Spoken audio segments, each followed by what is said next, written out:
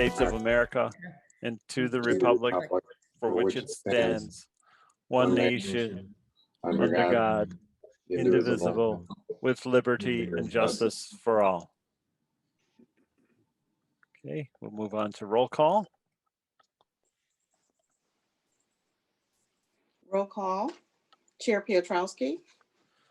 Here from Oakland County, Michigan, Lathrup Village at my home. Vice Chair Hammond.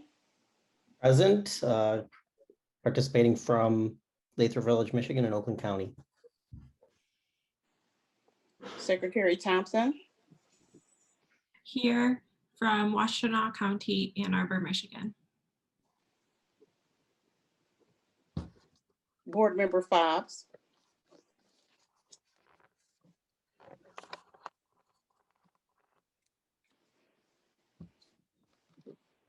Board Member Hulieza. Here, Oakland County, from the beautiful village of Lathrup. Board Member Cantor. Here, Lathrup Village, Oakland County, Michigan. And Board Member Stansberry. Here, Lathrup Village, Oakland County, Michigan.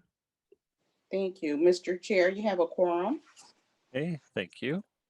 So we'll move on to the next item on the agenda, the approval of the agenda itself. Sure everyone's had a chance to review the agenda. If there are any questions, comments, objections, or changes recommended, otherwise we'll entertain a motion to approve the agenda as it's written. I'll move to approve the agenda as written. Second. Those in favor, roll call. Roll call. Board Member Fobbs, did he arrive? No. Board Member Hammond. Yes. Board Member Hulieza. Aye. Board Member Cantor. Yes. Chair Piotrowski. Yes. Board Member Stansberry. Aye. And Board Member Thompson. Yes. Motion carried for the approval of the agenda. Okay. Move on to approval of the meeting minutes for the Planning Commission minutes from 3/16/2021. Are there any comments, questions, or corrections that need to be noted? We'll entertain them at this time. If not, we'll entertain a motion to approve the minutes as they were recorded.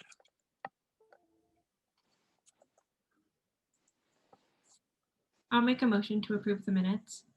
Second. Those in favor, roll call. Roll call. Board Member Hammond. Yes. Board Member Hulieza. Aye. Board Member Cantor. Yes. Chair Piotrowski. Yes. Board Member Stansberry. Aye. And Board Member Thompson. Yes. Motion carried for approval of the minutes from March 16th, 2021. Okay. We'll move on to the public comment section of the agenda. The public comment section is we'll entertain comments or questions from the public on any issues that are not currently listed as part of the agenda.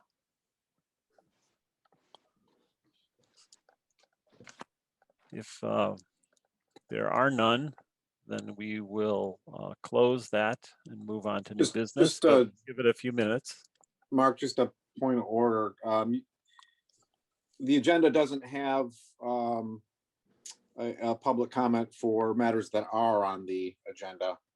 I know on council we have two. One for, you specifically said that for things that were not on the agenda, but I don't see on the agenda public comment for items that are on the agenda. Well, historically, there has not been that category. The public comment section had been reserved for items that are not on the agenda. Because I know there are several people who are who want to make public comments. So there, just to Bruce's point, yes, if there are questions or comments relating to the zoning text amendments, those would be appropriate during the public hearing. But if there's any questions or comments related to the old business items, because there is not an opportunity for the public to comment on those at a later point during the meeting, it would be appropriate to allow them to comment on that item at this juncture, in addition to any non-agenda items. Okay. Then at this point, we will entertain comments related to the old business and tabled items category, which would be the cannabis discussion. This is Cheryl. I don't see anyone who has raised their hands or entered a question into the comment section. I do believe you received one email communication. Right, Dawn Medley is indicating that she raised her hand.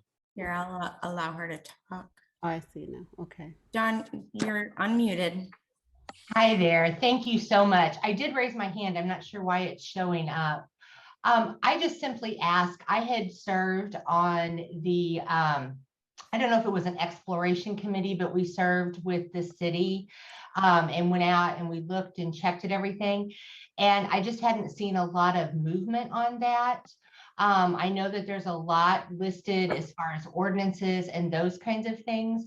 But I guess as we're moving forward with, the roads project and folks are talking about water infrastructure, I just really think that we could be benefiting from that tax revenue. And so just wondering if there was any opportunity to kind of move that process along. So that's why I'm here. And I sent the note just because I was really curious about that. So thank you. Okay, thank you, Dawn, for coming to us with those questions. From my understanding, the commission here has been addressing the issues related to and the business brought before us related to the cannabis issue in question, as is kind of represented somewhat by the item on the agenda today. So as far as expediting it goes, I think it's certainly been a priority that we're focusing on, but we've been taking the information and addressing it as it's been brought to us, and we've been acting, I think, fairly promptly. I don't think there's been any delays in the process.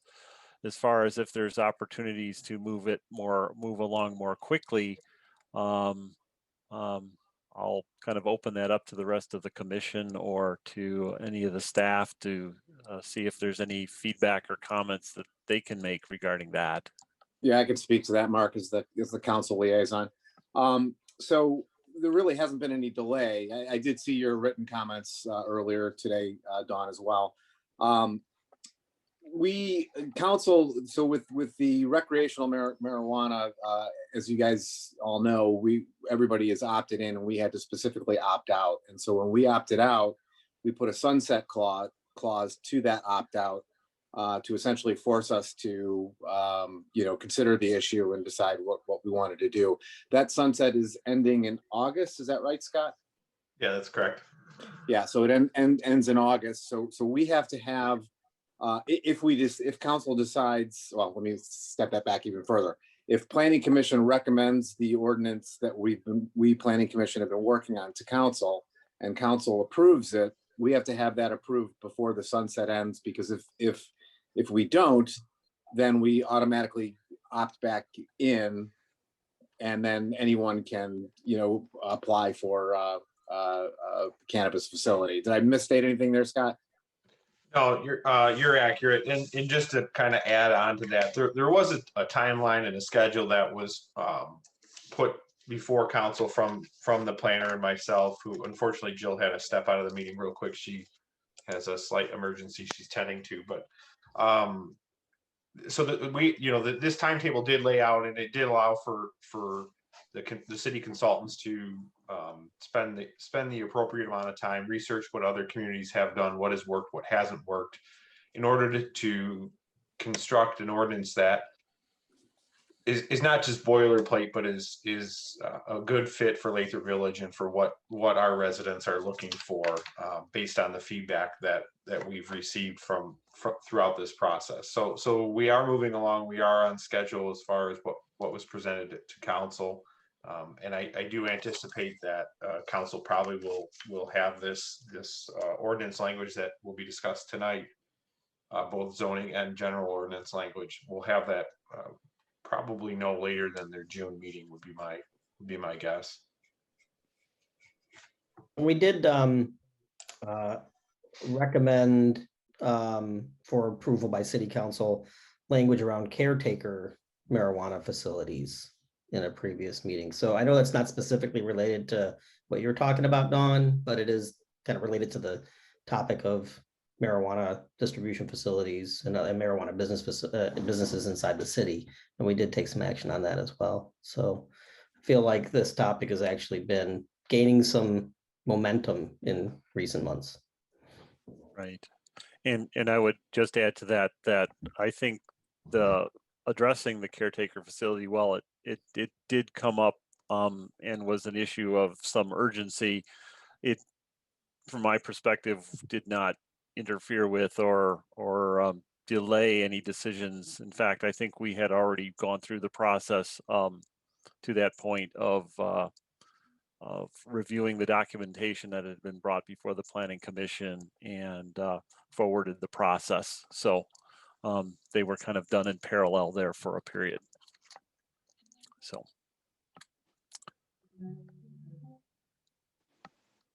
Okay. If there are, I guess, no other public comments at this time, could be advised by the moderator if there are any questions that are. I'm not seeing any Any other hands raised? I'm not seeing any other hands raised at this point. Okay. Then we'll move on to the next item on the agenda, new business. Starting with the public hearing for the zoning text amendments for building materials. So we'll open the public hearing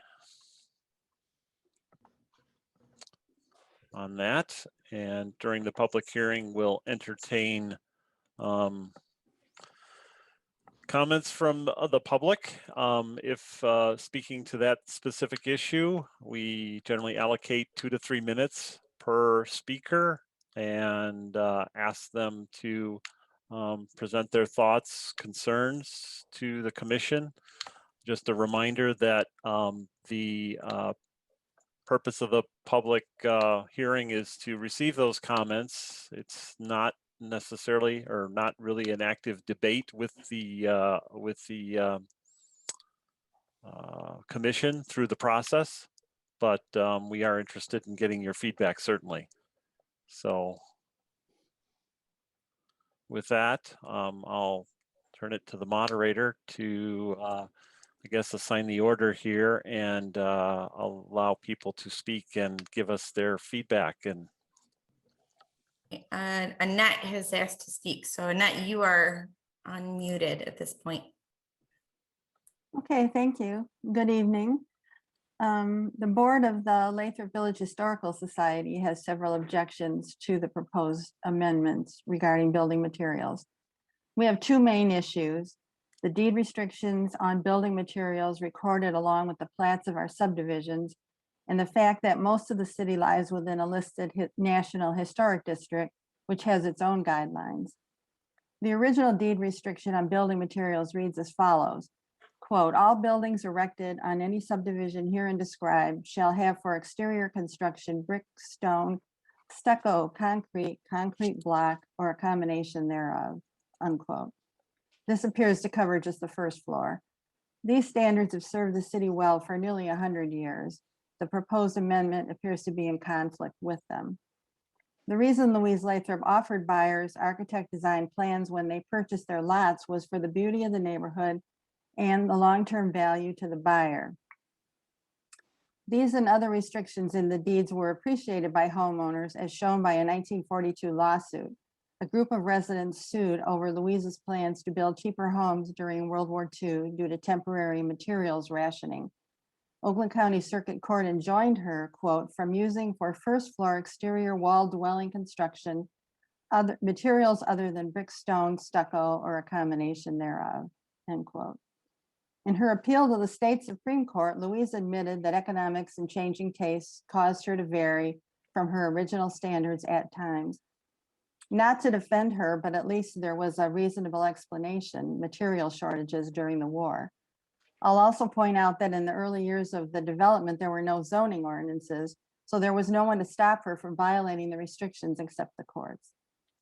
Our other concern is that the proposal is in conflict with the Secretary of the Interior standards for the treatment of historic properties.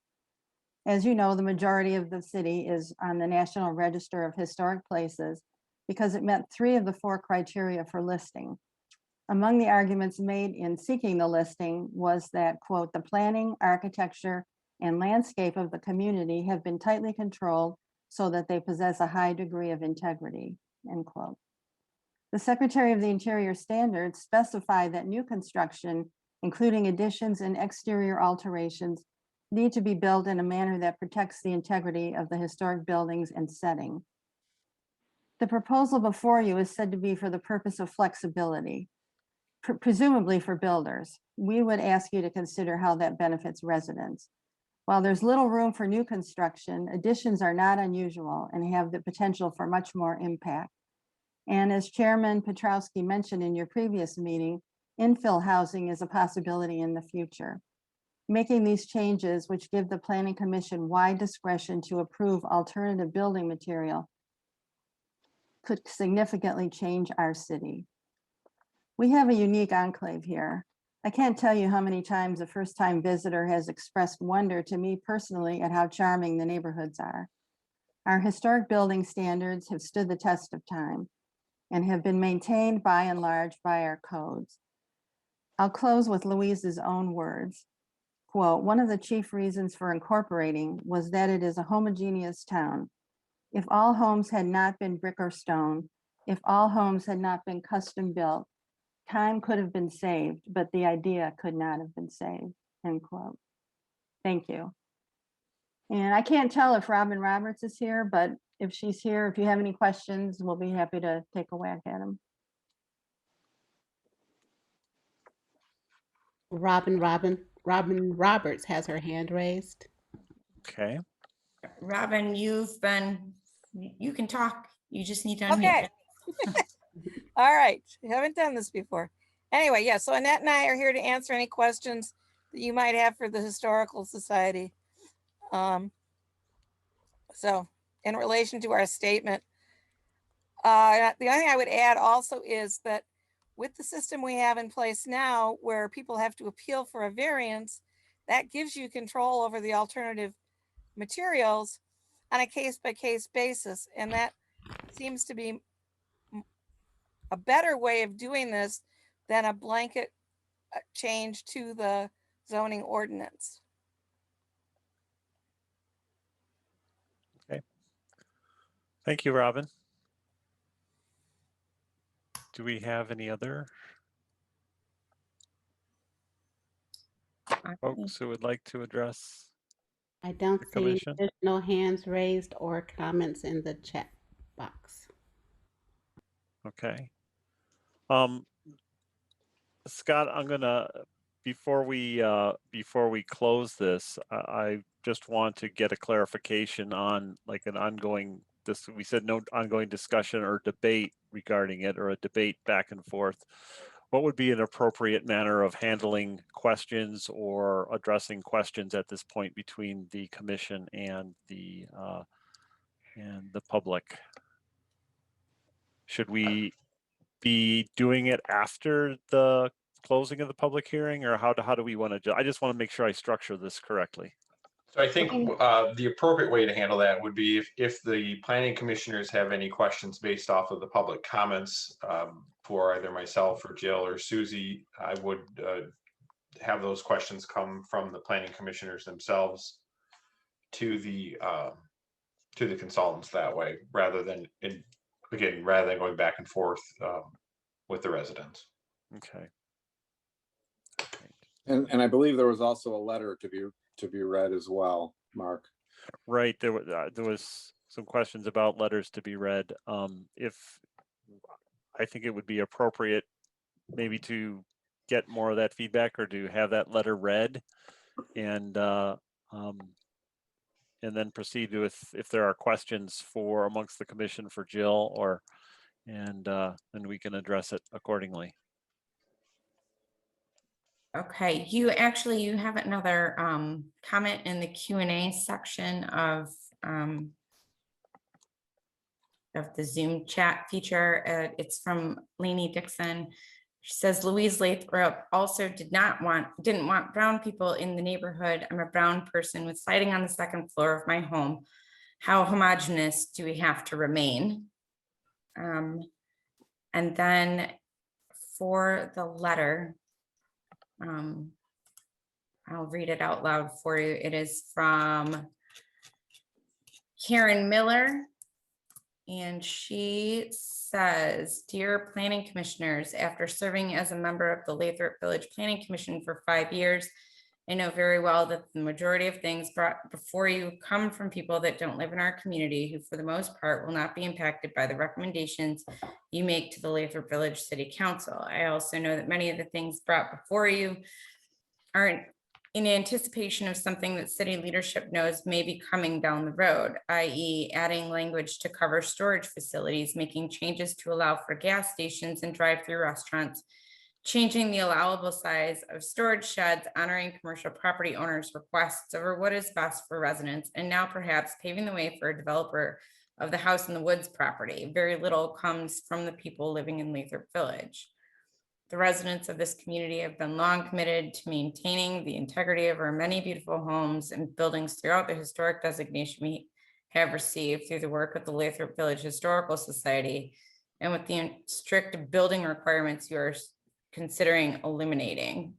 While the Planning Commission discussion regarding this change, I heard that this recommendation is the result of a commercial property owner's complaint about the requirements he had to follow in rehabbing the development that formerly housed Happy's Pizza. Ironically, the pursuit of the National Register of Historic Places designation came about because historic buildings in Lathrup were demolished by the same commercial property owning family making the above referenced complaint.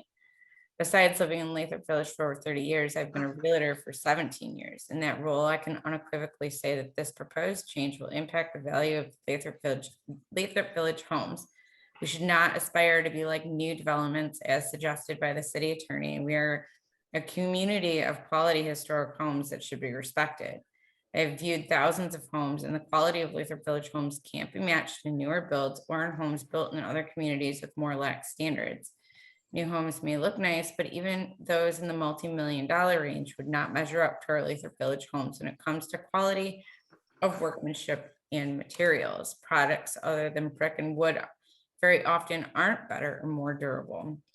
There are a lot of cheap products and irresponsible contractors and do-it-yourselfers installing them. Poorly done renovations, additions, and constructions detract from the value of a home. Without strict guidelines, many people will choose the cheapest products available, products that may look good but will not stand up to time. Please consider the following suggestions, questions, and comments based on my knowledge of the housing industry and viewing the Planning Commission meeting before you choose whether or not to recommend this monumental change. 1, involve residents in these kinds of decisions in meaningful ways. Contrary to what current city leadership tells us, sending links to Zoom meetings is not meaningful or transparent. These decisions should not be made in a vacuum. Actively solicit input from residents. Listen to residents. A change like this has long-reaching consequences. The decision should not be taken lightly. 2, while we are a community of beautiful, well-built homes, we are also a community that has, for the most part, a poorly constructed and maintained commercial district. Most of the commercial property owners don't have the same commitment to the quality of life in Lathrup Village as residents do, which is evidenced in the way their properties are maintained. Implementing a request like this based on the recommendation of a commercial property owner does not take into consideration what is in our best interest to maintain the value of our homes. Consult with the Lathrup Village Historical Society regarding the National Register of Historic Places designation and what is required to maintain the designation. Also ask about the impact of cheap renovations on the integrity of historic homes. 4, study and follow the deed restrictions for Lathrup Village homes. 5, I know that some of the current requirements are more expensive than the newer options might be, but property owners have the opportunity to ask the city for a variance if they want to do something besides what's in the code. A variance request also requires, Mr. Chairman, just a point of order. The reading of the letter has exceeded the 3-minute public comment. So I did not know how you wanted to handle that. Susie, why don't you give us how much longer the letter is, and we can decide from there whether to just make an announcement of where this is available to everyone to continue to read. there's about another half a page. There's, let's see, I'm on, let's see, well, there's about another page. So I guess I'm halfway through. Why don't you just continue? I'm gonna allow her to continue through and just read through the letter so that we can get the full rest of the message, I guess. All right. Sorry, All right. I lost your spot, right? That's okay. I will, let's see, I was in number 5. The variance request also requires that neighbors within a certain distance of the property be notified by the city of the request, that neighbors are given the chance to express any concerns they have. This provides a checks and balance in the process. 6, what is the problem with looking at each case individually through the variance request process? I believe that not taking the time to assess each request on its own merits is due more to staff, planners, and consultants not wanting to do it rather than what best fits the needs of our residents. During my time on the Planning Commission, I heard that multiple variance requests indicates a need for the requirement to be changed. I disagree. Even if 10 residents make a variance request, which would be considered a lot, that is only a minuscule representation of all the LV residents. By looking at the merits of each request individually, the city and its residents can still maintain control over the quality of new builds, renovations, and additions. The wholesale abandonment of quality standards is not in our best interest. 7, no part of a resident's home is hidden. The hidden parts are what one's neighbors see. 8, due to LV residents aging out of their homes, we have many homes that have been and will be flipped. Weakening the standards to allow for the use of cheap materials is the goal of a flipper is to make money. 9, consult with the owners of the condominiums in the village of the circle. This change will ultimately impact them through any development of the House in the Woods property. There were promises made and requirements set in the master deed for the village of the circle regarding such things as future development, home sizes, and common areas. Though the city may not feel they have to follow the requirements that were set because their property was unplatted, anyone taking out a mortgage for one of the 9 properties in the circle must receive and acknowledge the master deed and condominium bylaws for the village of the circle development. They believe that these are the governing documents for the property they have purchased. It's not fair to consider them when making decisions that go against what they base their purchase decisions on. 10, instead of lowering the standards, the city should help residents find resources to maintain and improve their homes with quality materials. Much effort has been put into helping business owners during the pandemic, even hiring a new person to deliver financial grants. Yet nothing has been done to help the residents. Also, I know that the commercial property owners, the group that must follow these requirements, are not necessarily the same as the business owners. The majority of the businesses in Lathrup Village lease their spaces from the property owners. Awarding grants to businesses doesn't necessarily benefit our residents or contribute to the upkeep and maintenance of commercial properties. Please don't make a short-sighted decision that will have immense negative consequences long after you are no longer part of the Planning Commission. Sincerely, Karen L. Miller, 18755 Glenwood Boulevard, Lathrup Village, Michigan. And that is the end of your letter. Okay. Thank you, Susie, and thank you, Karen, for sharing your thoughts and concerns regarding this issue. Really appreciate getting the feedback. I know there's some points that occur to me regarding this, and I'll get down to some practical issues and maybe start off with deed restrictions versus the current ordinance and what is allowed regarding materials. And I guess I'll direct this to Scott. Where does the city stand, or where do legally stand regarding deed restrictions as opposed to the current zoning restrictions related to building materials for residential neighborhoods?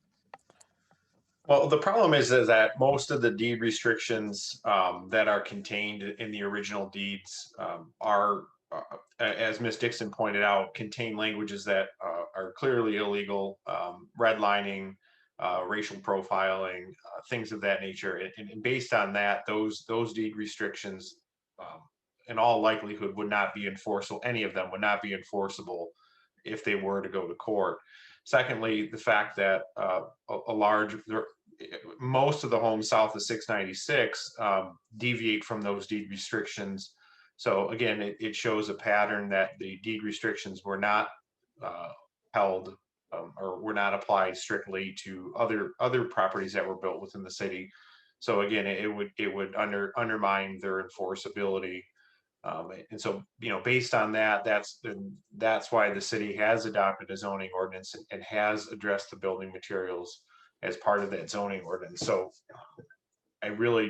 while these certainly can be taken into consideration, I wouldn't rely upon them as any sort of legally guiding principle. Okay. Scott, I have a question. Or did you want to keep going, Mark? Or There's another I guess track to this at some point, and it gets down to the materials themselves and the evolution of what's available. Quality of wood has certainly changed over the years. Aluminum siding entered the picture, and houses were clad with aluminum siding, oftentimes over the wood siding that was permitted or at least maybe allowed in the past. I looked at the language myself regarding the 90% criteria, and I thought, well, even the gable on the front of my house, which was wood, on the upper half, goes beyond, probably tips the balance of what the front of my house is, and it was built in the 1950s. So, and Scott made a good point regarding the houses that were constructed later, largely in the southwest corner of the community, and with those having substantially more wood, and some of them may even have been originally constructed with aluminum siding. So there's this disconnect between what's been allowed, what's been built. There's also the issue of restrictions and placing restrictions on folks who want to or are don't want to paint their houses every 6 to 7 years. And that can be the case with an older home. It could be the case with wood. And so in many cases, they have been covered over with aluminum and with vinyl. And there hasn't been a force that I've seen a tight restriction on that. And I think those are just real issues that would need to be dealt with, or at least considered. I don't think strictly relying on historical materials is necessarily going to be able to be met by the market. But I do think there's value in consideration for making sure the materials are durable. And I would tend to say that I find masonry to be more durable than wood, to be more durable than vinyl, to be more durable than even some of the cementitious products that are newer to the market that we in fact were considering for the commercial district when we had the case come before us. And that was part of that consideration, but that was, once again, looking at commercial versus residential. So I'll stop there. That pretty much expresses my thoughts on that. So Bruce, I'll defer to you with your comments to. Yeah, so just the letter and Annette's comment and Robin's comment got me thinking about one thing, and you know what they're proposing is that we do this on a case by case basis, allowing people to submit for variances. But I guess this question is for Scott. It seems to me that if we did that, there would never be a variance approved, because in order to have a variance, you have to have a hardship, and wanting to do something cheaper, use a cheaper material or a different type of material, doesn't really present itself as a hardship. So I don't, at least it's my understanding that we would never even be able to approve any of those variances. So is that a correct statement or no? Yeah, I think, yeah, that's absolutely an accurate statement. If under a strict application of the zoning ordinance, unless the applicant is able to demonstrate a practical difficulty or a hardship in completing their project under the strict reading of the ordinance, then yeah, the variance should not be granted. And as you stated, financial consideration is not to be one of the considered, is not to be considered an undue burden or hardship. Okay, so that option essentially wouldn't work then, correct? Correct. And again, too, as indicated, I think I brought it up, or maybe it was Jill that brought it up. If you are repeatedly having residents come and apply for variances, for example, I'll use the shed height. There was a run on tough sheds or a sale or something, and I think the city had 4 or 5 variance requests for that. So that's an indicator that products are changing, residents' desires are changing, and that your ordinance should also be changing to fit that. You shouldn't be requiring anyone that wants to put a shed up to have to go and pay the cost associated with obtaining a variance, the architectural drawings that are required to be submitted with it. It's not a cheap undertaking. And something like that, if that is truly what the will of the residents are, then your ordinance should reflect that. So that's why this is here, and that's why we're having this public hearing, to get input from the residents and find out what what their desires are. I would agree with all that, and if I can just add in too that and I think it's been said, but to note that this is because of applications that we'd seen from homeowners for building permits with different materials, and for having residents say, well, why can't I use this alternate? Why can't I use vinyl siding on the back of my house? I see it all over the city. How can you not let me do this? And trying to recognize that people are trying to improve their homes, and it's a balance, certainly, but that was the impetus for bringing the building materials ordinance together.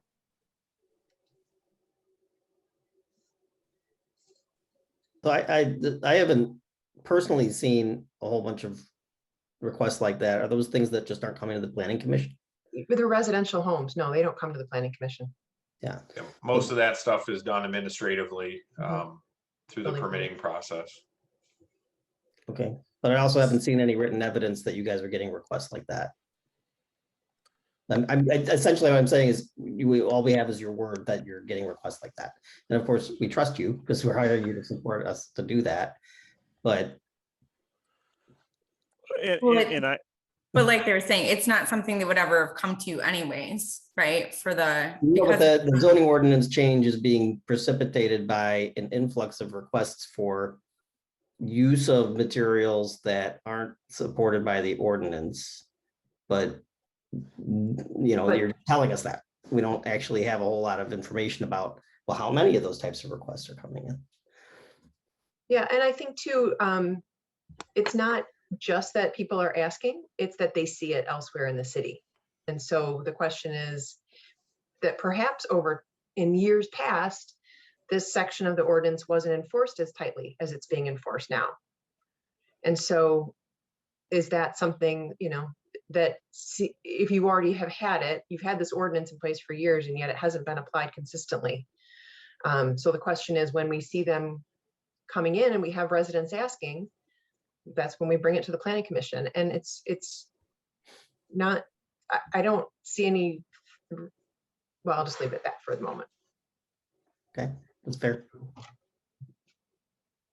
And I had questions. I mean, getting back to materials and consistency, I was really curious what the previous, ordinances were, requirements for materials prior to the current ones that are in question and are proposed to change, to find out if there had been any previous rulings, and I'm wondering if there is anything that the city has on record regarding any previous changes or adaptations beyond the challenges from the residents that were cited back in the 40s.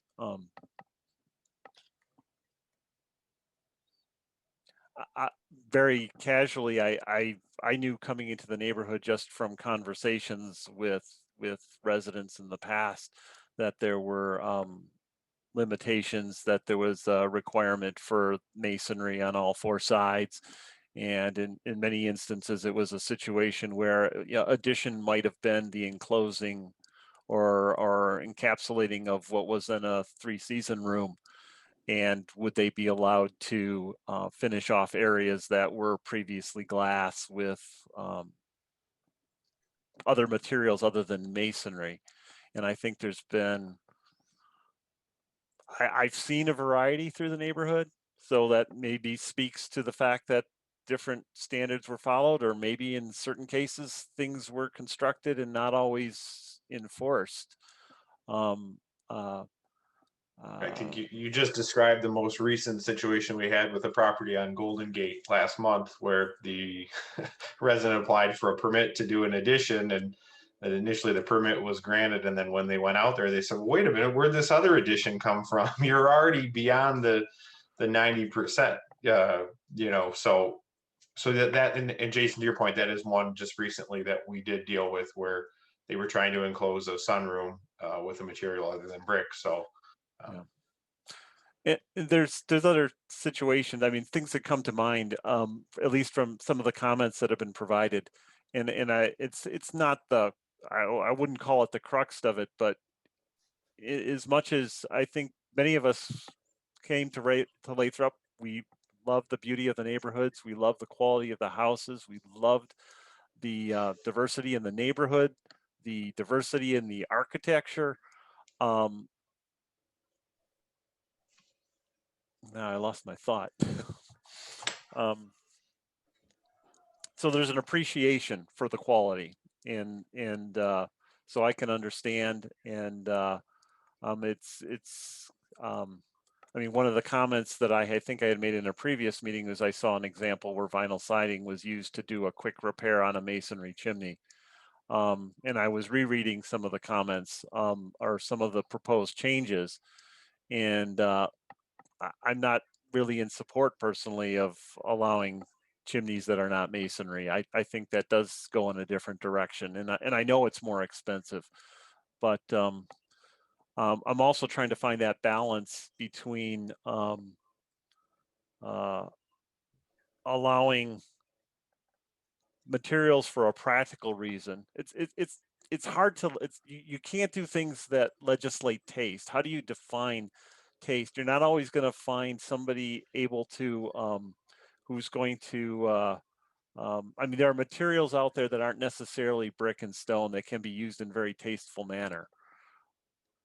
Using them in a tasteful manner, or knowing, everybody's going to have a different opinion on taste. So there's challenges there, and that's a discussion that has come up in the Planning Commission before. I've got another question or another thing related to when the Historical Society and then the designations were achieved. There was an opportunity to place stronger restrictions on properties that were components of the historic district, and to limit or adhere more tightly to the guidelines or established guidelines that you have to follow the standards. In other words, replace your windows with wood windows if they're wood, or to maintain masonry and not change the appearance, and kind of put those restrictions on the ability to maintain your home.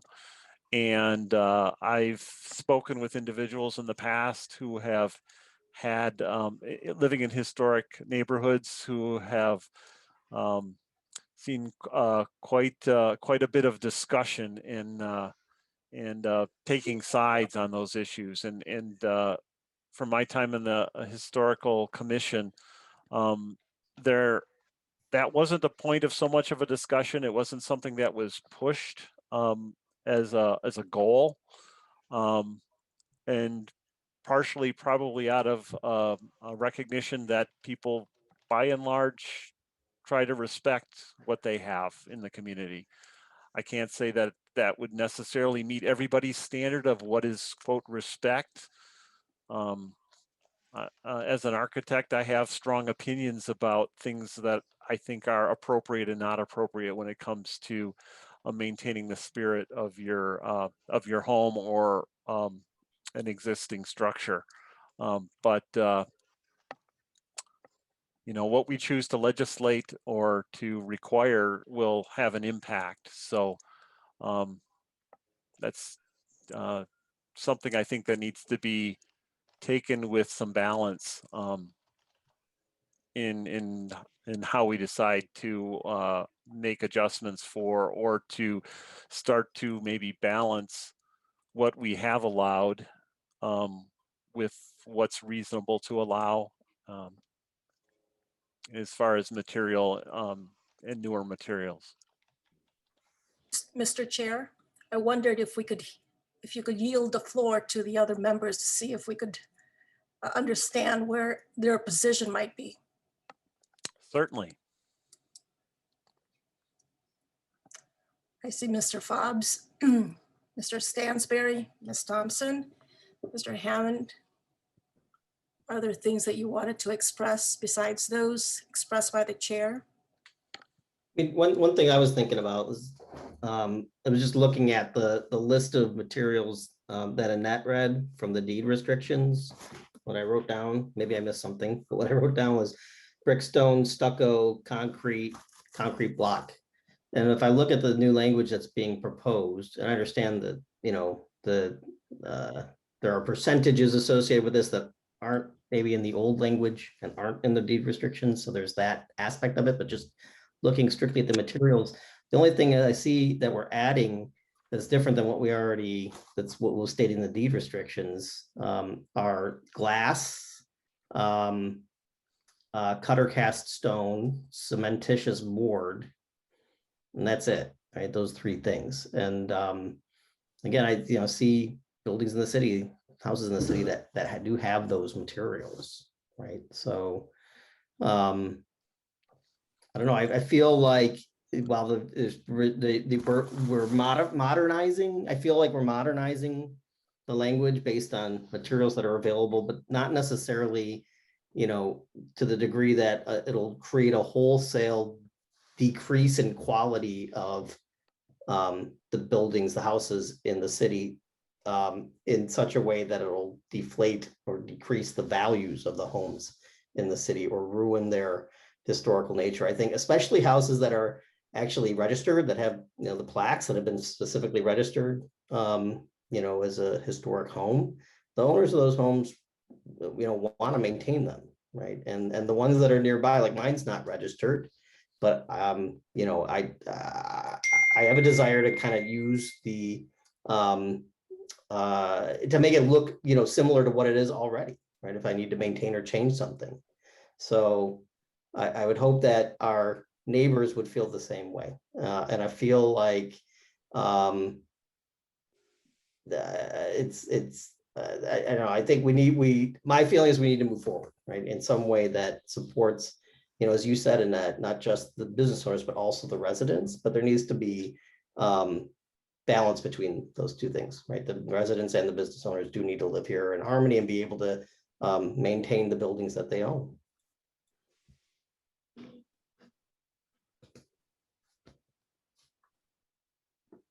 Mr. Chair, with all due respect, I think we spent a lot of time going over this prior to the public hearing.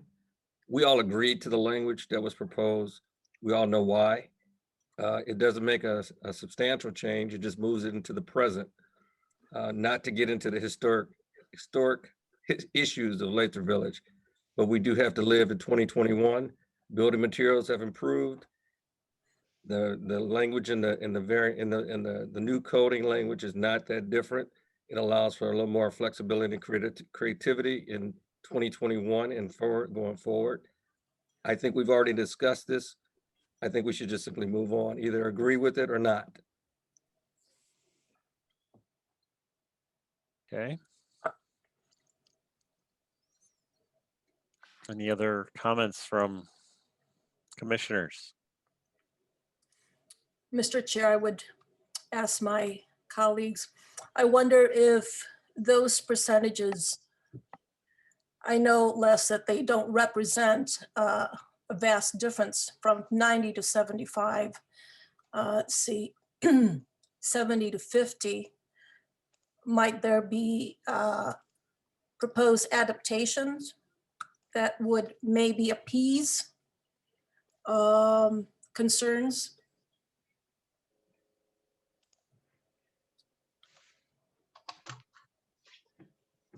And I'm interested, just to piggyback off of Charles' comments on because I'm thinking along those same lines, which is maybe there's a balance in the combinations of the materials or the percentages, somewhere in between. I'm not necessarily, I think we need to find ways to accommodate, if you want to say legally, residences that have had portions of the construction, wood, they don't want to maintain or paint wood, or it's deteriorated and the same product may not be available, but there are substitute products that emulate it. And I know there's cement and there was aluminum in the past, there's vinyl. Those products are here to stay. I tried looking for aluminum to see if I could have replaced aluminum on my house, because I have aluminum trim that covered the wood trim. And I find sites saying, well, you might still be able to get it, but here's all the reasons why you don't want it. And I know it's definitely promoting, and there's certainly more information out on certain materials than others that have kind of gone past their time, and that will continue to be the case. But I think there's from my perspective, I think there's an opportunity, if the commission's willing to consider variations in maybe some of the percentages or a balance here. I don't, where do we go if we say, and you went back to quote the deed restriction level, where the extent of masonry and maybe it's down to certain percentages of trim. We have a lot of homes that don't meet that right now, including homes that are part of the historical category or contributing properties. So I think those are really good questions. I think, one of the things that we should have listed in this, in the memo, in the ordinance, was the provision in section 3.4.3, which actually does allow shingles or siding above the first floor ceiling joist. So that is, I think, why we've got some of those buildings that have, some of those homes that have siding on the second floor. But it really, it's kind of proves the point. Like at some point years ago, that was deemed to be okay. So this amendment actually probably tightens that up a little bit and might not allow as much of it on the front. I think that's worth considering, the impact of that over time. Or I think another thing to consider is, I think the reason it was brought to you was primarily because of the issue in the back of someone's home.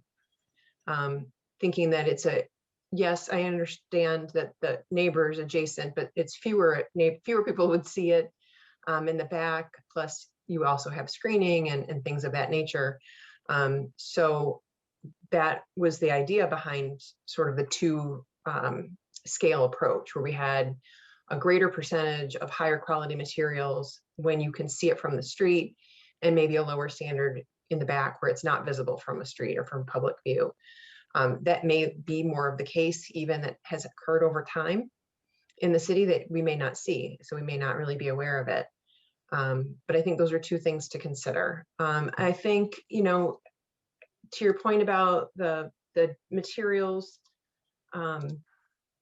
they are largely consistent, the list with the list from the deed restrictions. So given all those things, I think really the point was that it went from essentially 90% and really what is trim in the original ordinance to allowing 25%. And now we're giving a little bit more flexibility in where that goes. We had another issue, was it last summer or the summer before with the sunroom? Last summer. Last It was summer? right around this time last year. And so it was the material around the bottom part of the sunroom, which didn't seem like it was actually trim, but it also was in the back of the house and below the windows. And it was largely I don't remember if it was 3-season or like it had glass around it, I think. Yeah, it was just a 3-season. Right. That was 2019, actually. Okay, I thought so. Oh, man. I'm not familiar with the case, but I know many of the, I want to say 3-season rooms are masonry base. And then largely they were glass above. So they might have been jealousy windows. They might have been some other product that welcomed the outdoors in more so. Right. And then when it gets, when you come to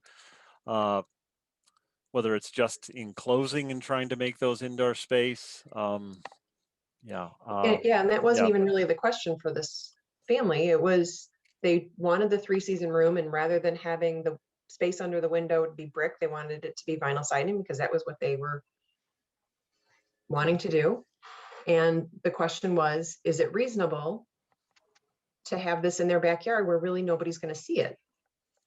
So those are the, those are the kinds of things that we really were reflecting upon. We're trying to say, rather than trying to define what trim is, we just allow for a greater percentage of that facade, and then allow for a little bit more in the back. But so those are really the main issues there.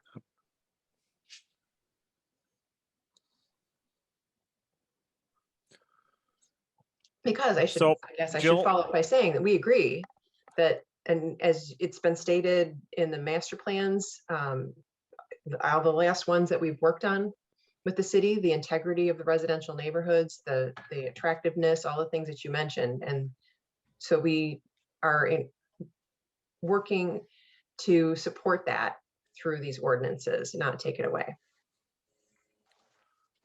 So Jill, I was gonna say the next, I guess next steps, if the commission can decide at this point to put forth a motion to continue or to continue to support the amendments or the changes as they are written, or also possibly a motion to, reconsider possible changes or modifications to it. I think there are a couple options. One is someone could make a motion to make a recommendation, or your motion would be to recommend that City Council adopt the ordinance, either as written or with some minor changes. Or if there are specific pieces of information that you'd like for us to bring back for further discussion, we can do that. Or if you'd like to discuss the different materials or different percentages, that would be appropriate to do that as well.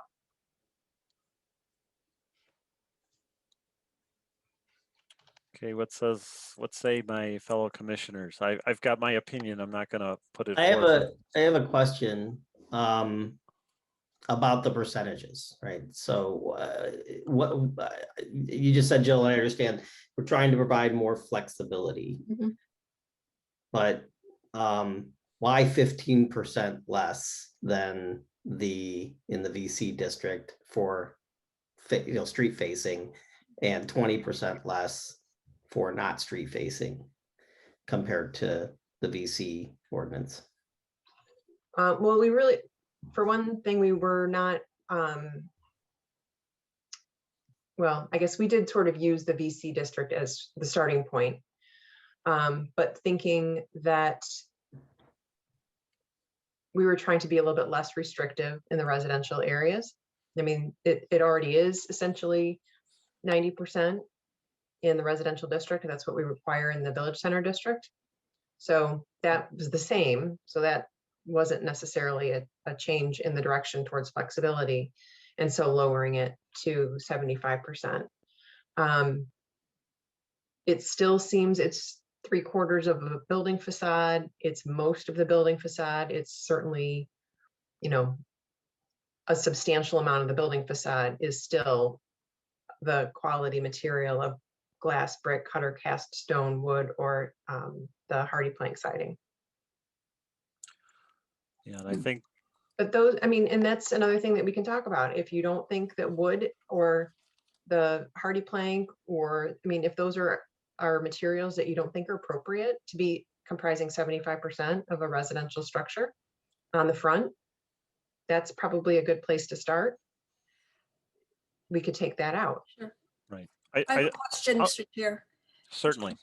Jill, in the village center, what is the extent to which those are adhered to at this point, the 90% and the 70%? What would you say, what is your best estimate?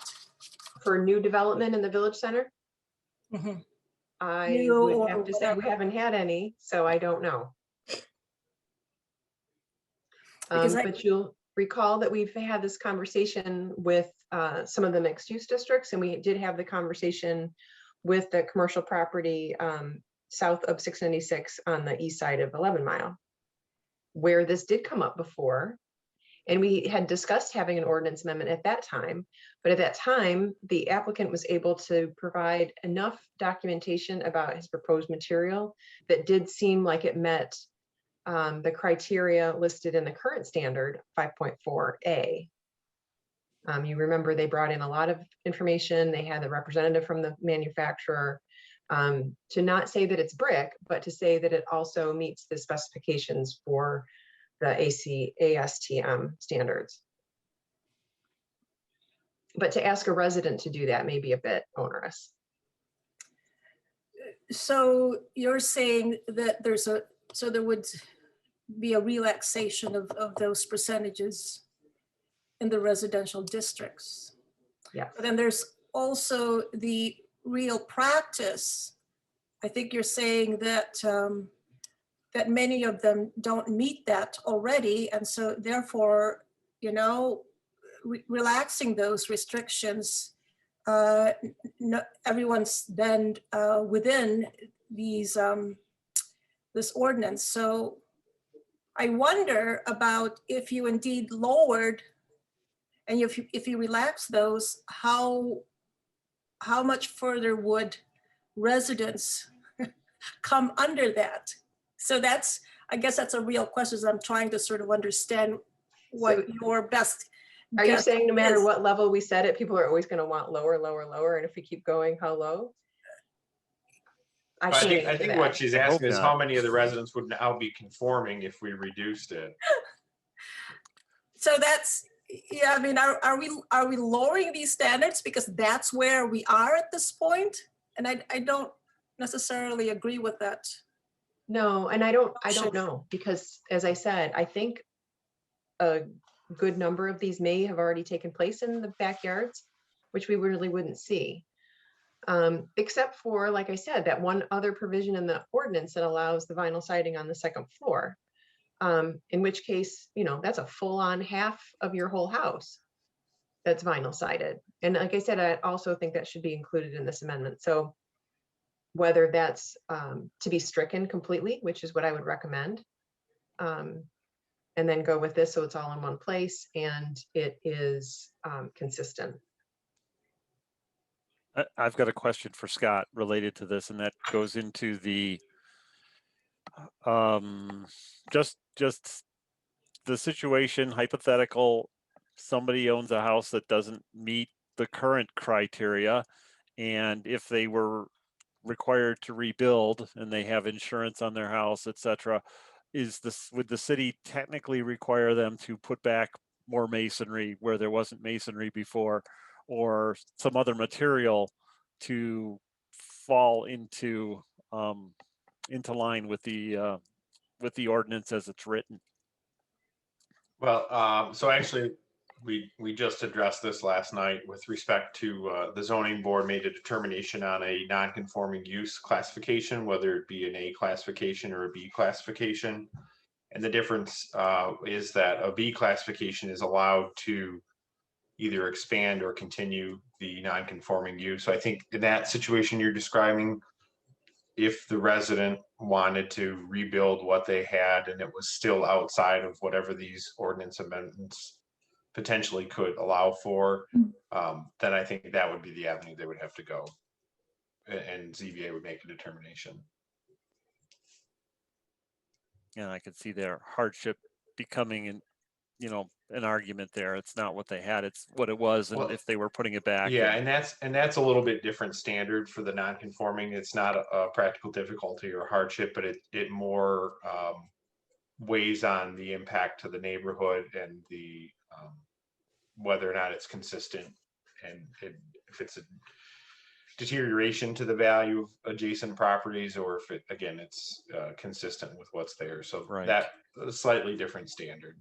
Right. Well, certainly when we purchase our homeowners insurance, and there used to be a standard, and you had to fight pretty hard. I know early on I fought pretty hard to make sure that if there was a fire or some damage, that things would be reconstructed as plaster. And now we're talking inside versus drywall, and had to be really vigilant if you were going to actually find that. And of course, you're going to pay more for that as well, or the potential to pay more for that. So if somebody's house is insured and it's insured for its face value based on the materials that are there, then you're probably not likely to get, or to be able to get something that's more expensive to reconstruct, at least not more expensive in terms of what would be perceived as an upgrade in a material, if that were required by the city to technically fall in line.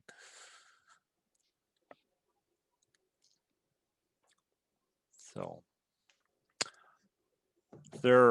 I guess at this point, unless there are other thoughts or any more discussion, or maybe it's time to entertain a motion for to either approve it as it's written currently, or to take it back for some more discussion. And I think discussion related to the specifics of how we would propose to change it, because I don't think it's something that we would necessarily be able to come to terms with this evening if we open that up. It's a little bit more difficult to get your head around those details, at least from my perspective.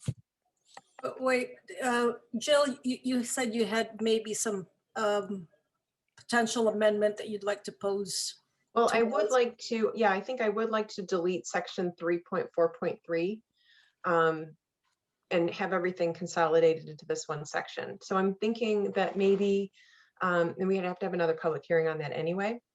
So I wonder if we do that, but then would it be useful to have some images of, I mean, I know you can drive around and see them yourselves or walk around through your neighborhoods and see them, but it would be helpful to see some of the examples of homes that have different materials, to kind of, not to calculate it necessarily, but just to get some ideas about what we're looking at. Would that be helpful? I think Wouldn't that hurt. would be helpful. Okay, wouldn't hurt. Okay. I think it would be helpful. But we'd be happy to do that. Good.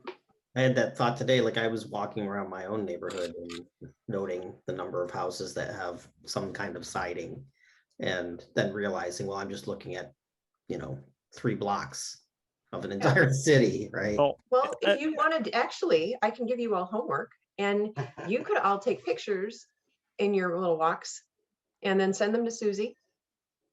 And then we can collect them and put together a nice sample. Great idea. I'm going to throw out one last thought because it's not a topic that's really addressed or covered in I think the memos and it hasn't come up in discussion today as well.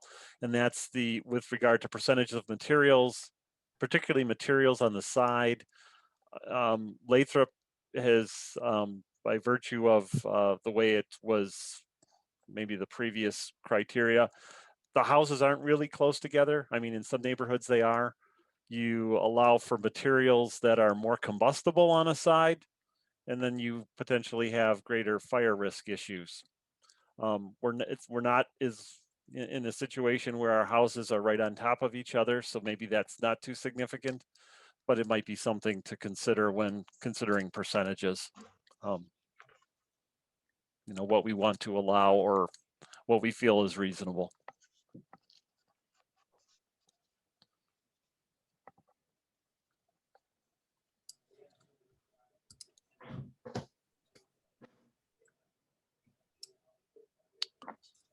So, shall we start formulating a motion here, or does somebody have a motion they would like to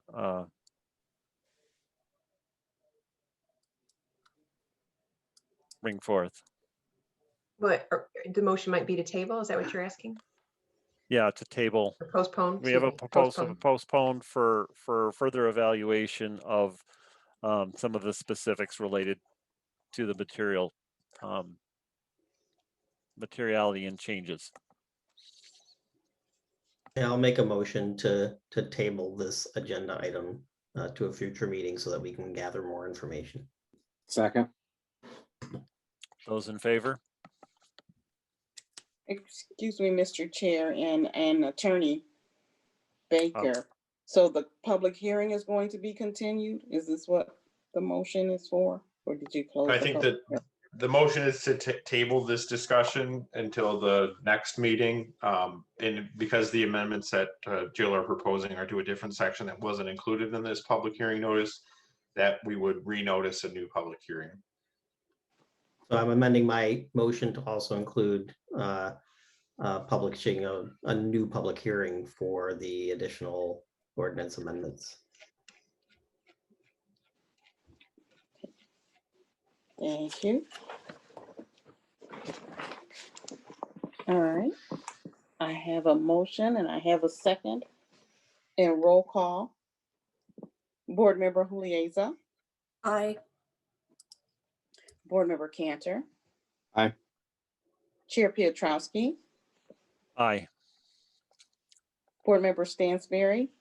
No. Board Member Thompson. Yes. Board Member Fobbs.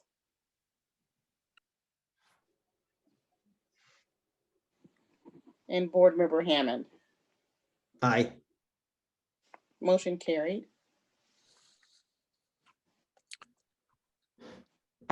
Yeah, I think the next order of business would be to officially close the public hearing.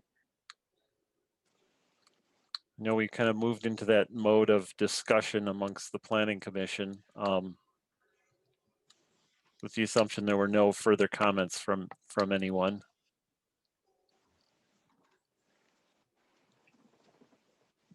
But before I do, I just wanted to make sure that there were no other comments that we would want to entertain hearing from anyone before we do that from the public. I do not see any additional comments from the public. And I'll just, I guess, close the, close the public hearing.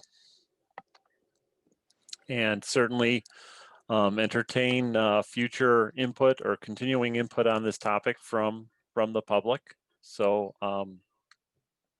thank you for your feedback, and it's certainly information that the Planning Commission takes seriously. I think we all are in support of maintaining our neighborhoods and keeping them beautiful, and we'll continue the discussion and consideration for any modifications that are made to the current ordinances.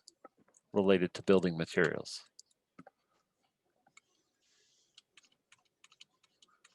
So we'll move on to the next item on the agenda.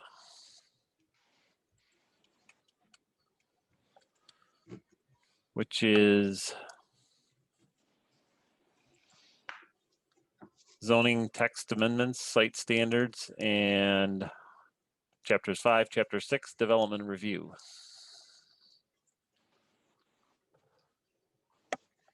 I can introduce this one. As we are going through and refining the development review process, we noticed that there's some inconsistencies with, well, not really inconsistencies, but modernizations with some of the processes, and then also making sure that we are clear on roles and responsibilities.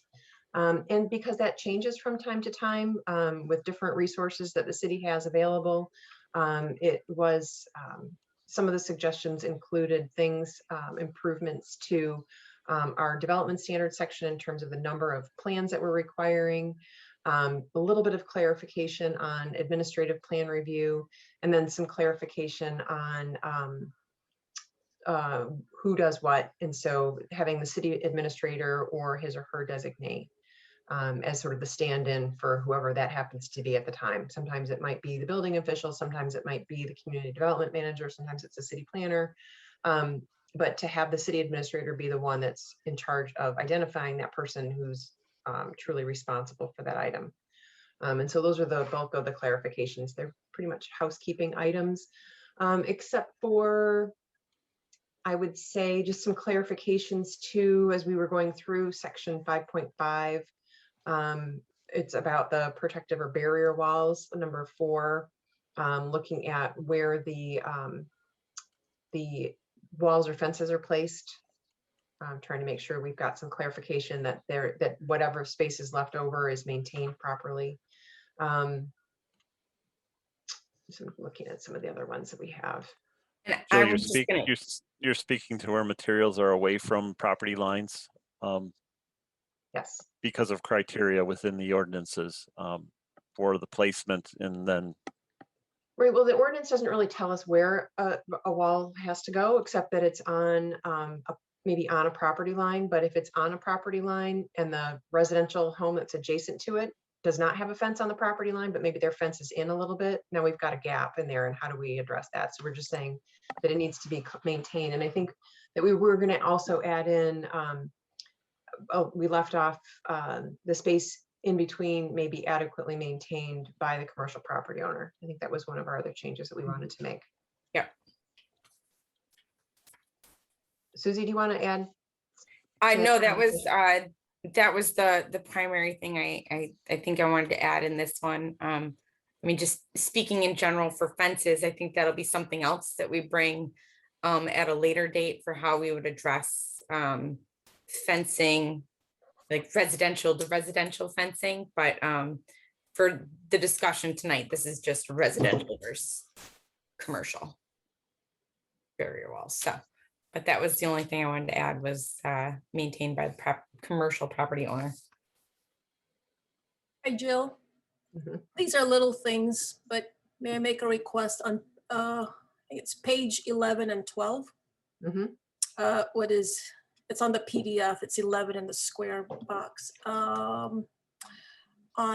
Right, it's the last section on 5.5. It's number 5. Mhm. You have there in the exercise of his, can you change that to his / her? Yes. Good Also, catch, Carl. Thank you. also the same on number 13 on the following page. I'll do a global search for that. Yeah, thanks a lot. Yeah, Thank you. I see Thank you. his and her in some locations. So yeah, that's a good It's point, just Cheryl. those two, I think. I just So- stood out. Thank you. I had a similar and related concern, with consideration that there are non-binary people in our city that could end up working for the city. Can we include language that supports non-binary pronouns? Maybe just replace his and her with their, and just use that single word, or just add the word there to his and her. Yep. I'm good either way. I think it's easier if we just say their, just designate. Just use a single word.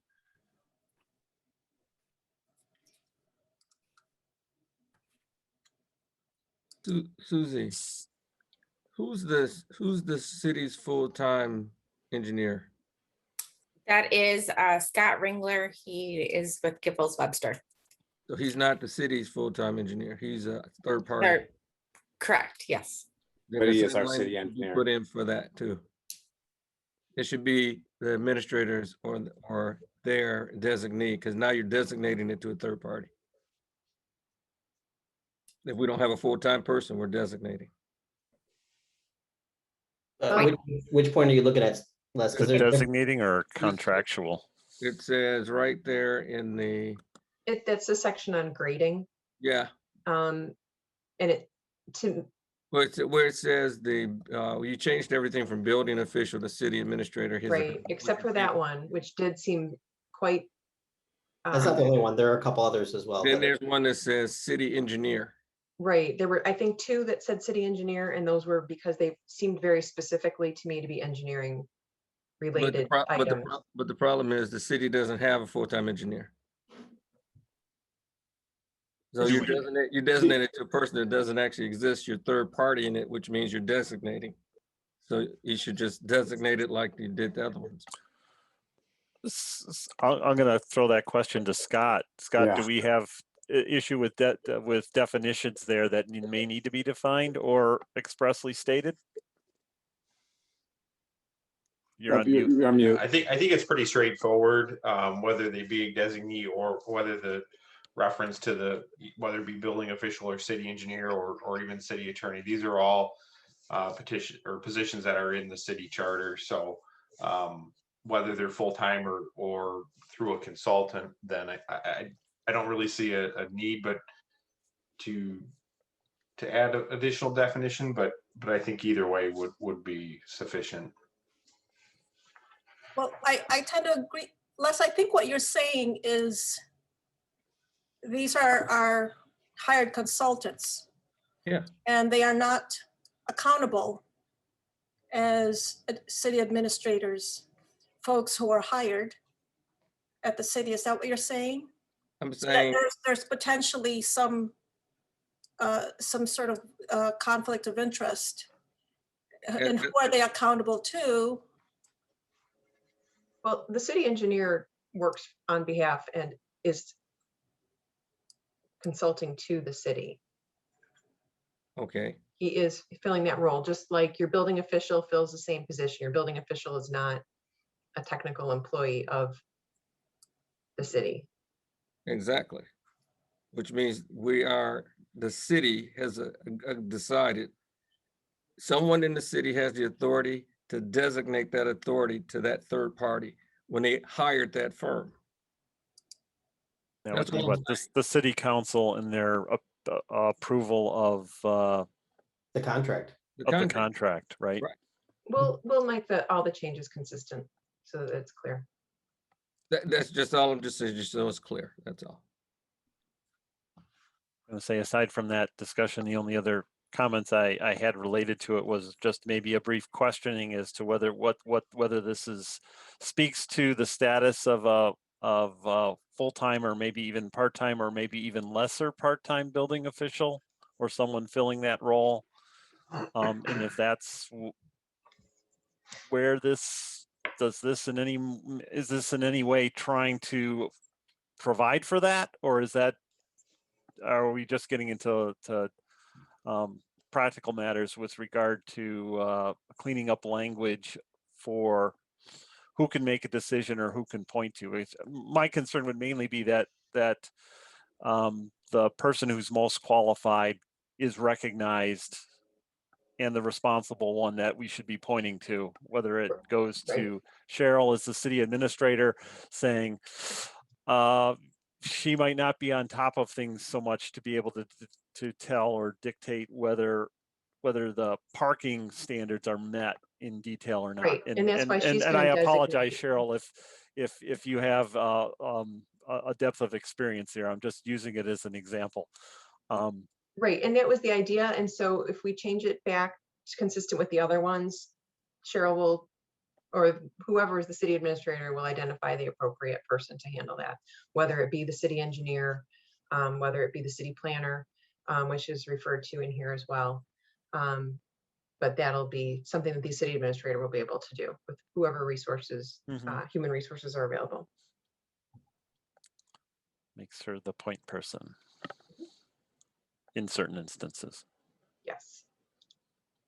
I did notice one other minor, but I think important modification recommended here or proposed here that doesn't have to do with the assignment of responsibility. That's on page 27. This was the section 6.2, item 10, paragraph H, which is including cannabis facilities under the special requirements for establishments seeking approval. So it makes sense, and we need to do this, right? That the businesses that want to sell alcoholic beverages or cannabis in the city need to demonstrate a need.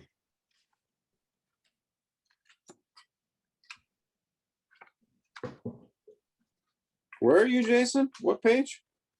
It's on page 27. 7. 27H, it's at the top of the page. Got it. Yeah. Okay. That was a point of question, whether we wanted to add that in. I think we should. I think it makes sense that need needs to be demonstrated for businesses that are going to be selling alcohol or cannabis in the city. Yeah, that provision was added on. That's a former chair, Reverend Oscar King's eloquent description of the process of awarding alcohol businesses a license that was upheld by the Oakland County Circuit Court, and they made it a point to include his description in their opinion. So that did become part of our ordinance based on that. So I think it's appropriate for any sort of state regulated business to go through that same two-pronged analysis. I agree.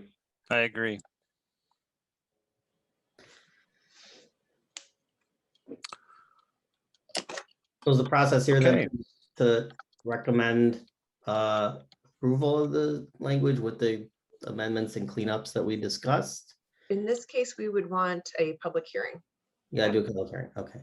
So do we need the updated language before we can propose a public hearing? Public hearing, yep, I right. think that it's pretty clear what you wanted to have changed. Yeah, I think so. So we can go ahead, I think. Yeah, so I'll make a motion to schedule a public hearing to review these recommended changes to the ordinance around zoning for Chapter 5 site standards and Chapter 6 development review, including the minor modifications that we have suggested around assignment of language and clarification of responsibility.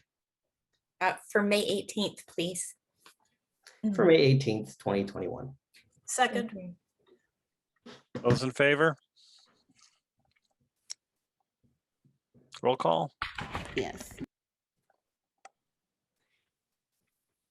Roll call. Board Member Cantor, Yes.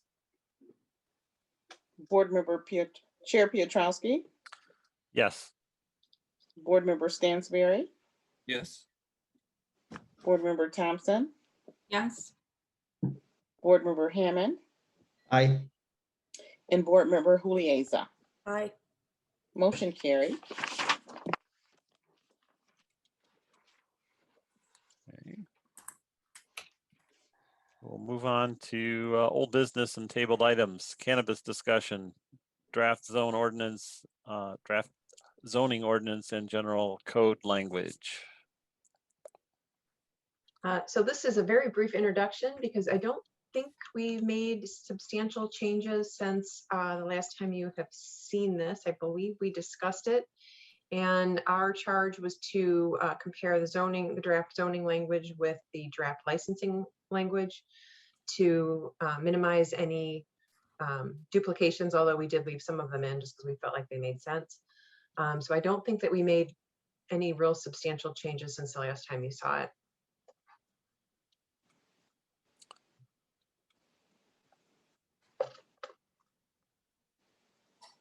So in this case, what we would be looking for would be a motion to set a public hearing when you're comfortable to do so. I have a couple questions. Mhm. On page 29, one thing, this confused me the last time I read it too, and I forgot to ask about it, but the definition of provisioning center seems off to me, and maybe it's just me, but it refers a couple times to selling to qualified patients, but isn't a provisioning center under MRTMA, isn't it just for retail sale to anybody who's of legal age? These were definitions that were associated with, oh wait.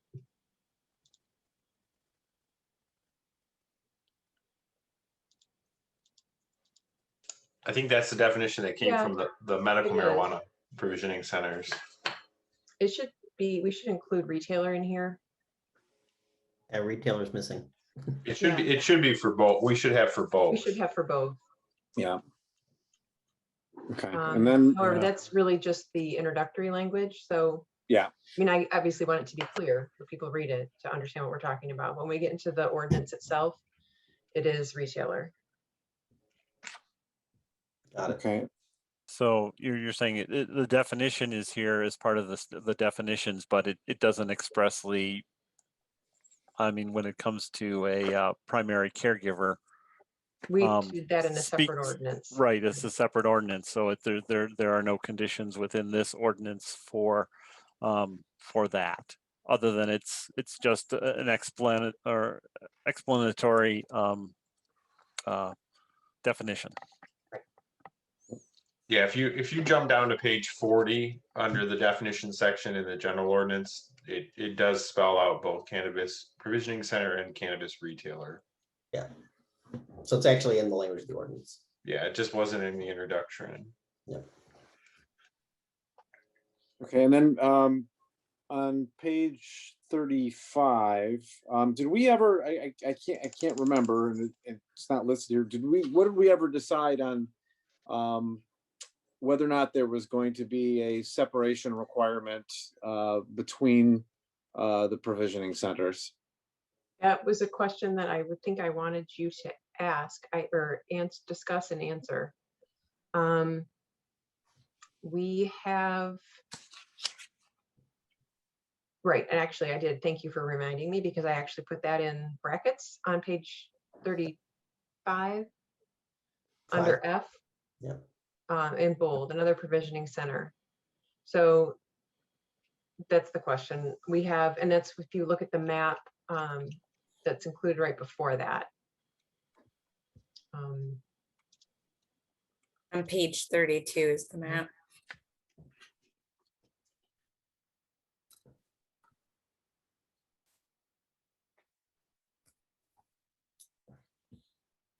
But we had talked about 1,000-foot distance between provisioning centers. Right, which for is any uses, really. about 3 blocks.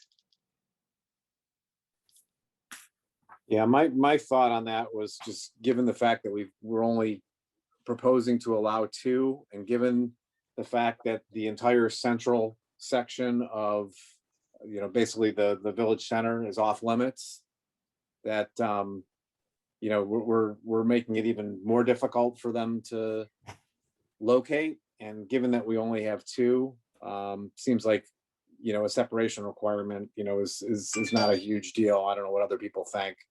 But I think if we do have 1,000-foot separation, that basically means, for the most part, you're limiting it to 1 south of 696 and 1 north of Glenwood. I agree.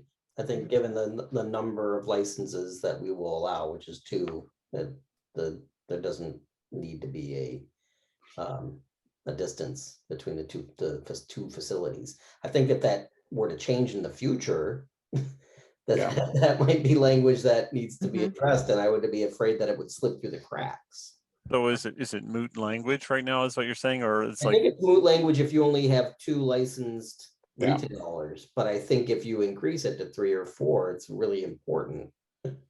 So I'd be concerned that if we leave it out now, in the future, if the number of licensed retailers is increased for whatever reason, that there, I just would want to make sure that there isn't an oversight in adding language to restrict the distance or control the distance between them.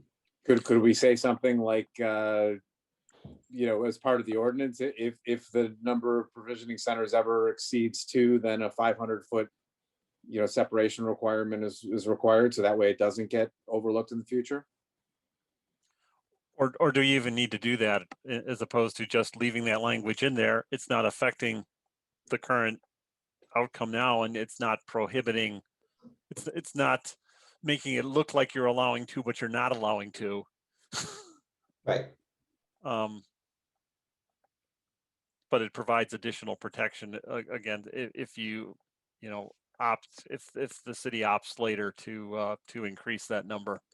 I'm not following you, Mark. I was just saying, do we necessarily have to remove language now versus leave it in? Is that, Well, if am you I got two, if you had missing two something? requests south of 696, they could potentially, one is between Ramsgate and Meadowwood, and one is between Margate and Kilburny, then they couldn't both be there. Well, and just to kind of throw like another wrench into that thought process, when we had discussed the primary caregiver ordinance, and it might have been during the joint meeting, I seem to recall there was discussion about, crossing a major thoroughfare. I mean, does it, to get to your, to your supplies. So, I mean, does that want to be a factor? Do you care if someone has to cross the street or not? I don't follow. What do you? I don't follow either. When we were talking about the distance requirements, I mean, is it 1,000 feet on, say, so using south of 696, I mean, is it 1,000 feet on, say, the east side and 1,000 feet on the west side? So you could have one on each side of the road. I mean, does that matter to you? I don't know. It's just something that occurred to me. Just like we considered for, well, obviously was a consideration for the gas station that was that the commission approved. Location based on where they perceive traffic is going to be coming from, and convenience and stopping in. If you let me share my share my screen, I could show what Susie's talking about of the modified buffer map. All right, here, I think you should be good to go, Scott.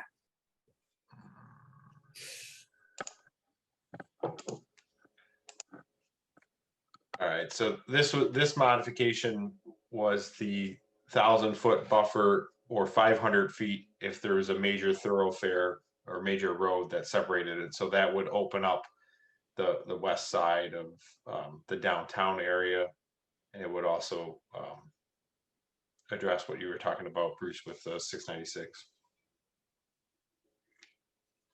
Oh, right. Okay. So they have to, all right. So the west side open. I see what you're saying. Yeah. So it would give the more opportunities if we were to take that approach. So you've excluded in that image, you've got more of the city center district outside of or is that excluded but not represented as a zone? They're not permitted in that district anyway. Right. So that wouldn't. All right. Yeah. So, even with the change in the distance, it wouldn't matter.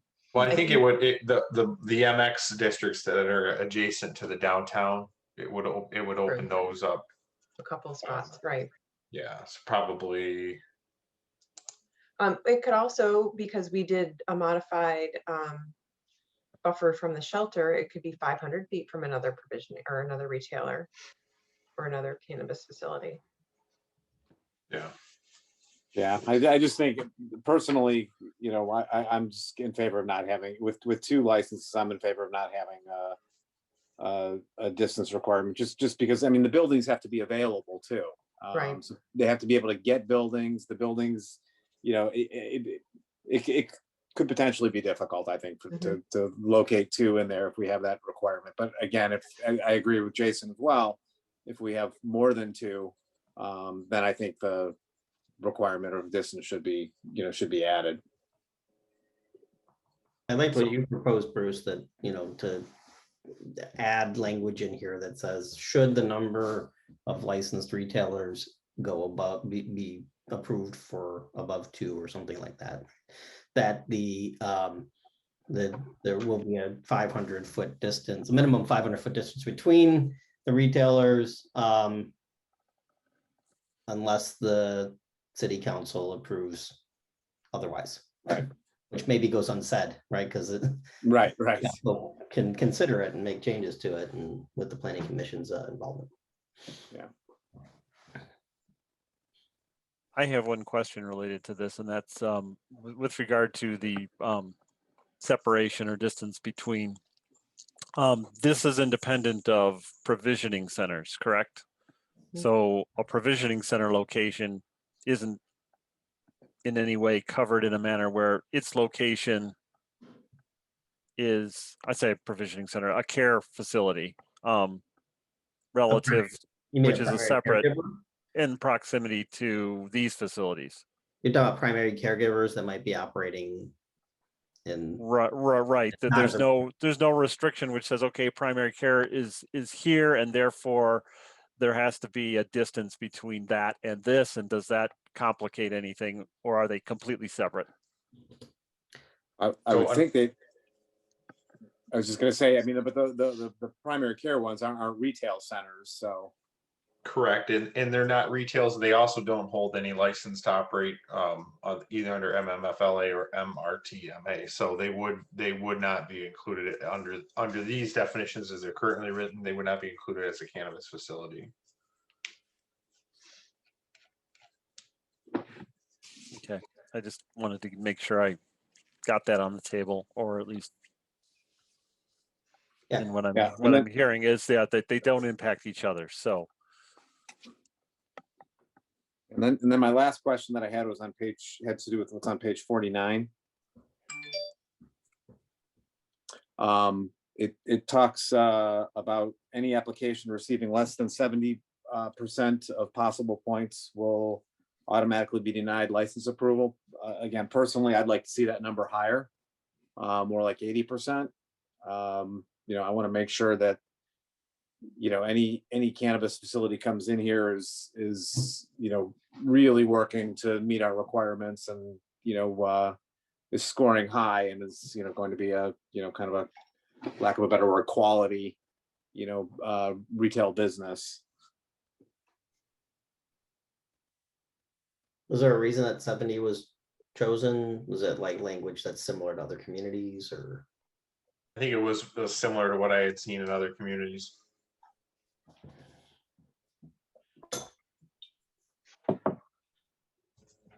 I mean, I don't think there's going to be any shortage. If we approve this, city council approves this, I don't think there's going to be any shortage of vendors, looking to occupy those two spaces. So I think we can be choosy. I mean, I wouldn't even have a problem with making it 85%, but I think we can, we can be very, very choosy, so to speak, given how many vendors are going to be applying for 2 licenses.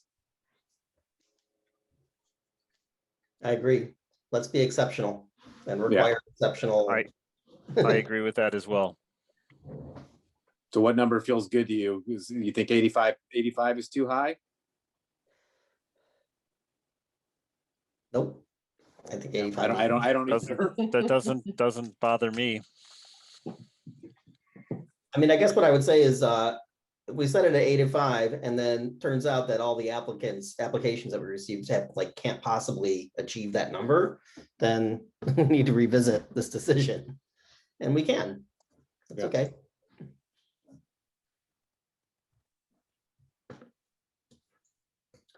So yeah, I agree with that adjustment.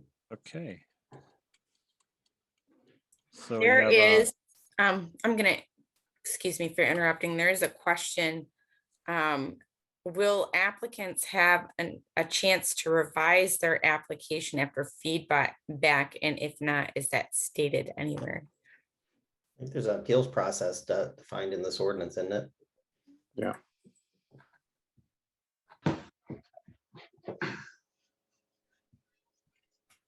And then I had, there were some other comments if anyone else, when you guys are done. Yeah, I just had one, I just thought of one other question. Scott, Jill, has the scoring process been developed yet, or does that get developed once an ordinance is approved? I know it. That'll Okay. come as part of the ordinance. We've talked about it, and we have a pretty good idea of what's going to be included in it, but I don't believe we have a working document yet. Okay. Does that scoring document need to be part of what's considered for a public hearing? No, because it's not going to be included in the ordinance because it is something that is subject to change based on the direction of city council. It's not going to be codified as part of the ordinance. Okay.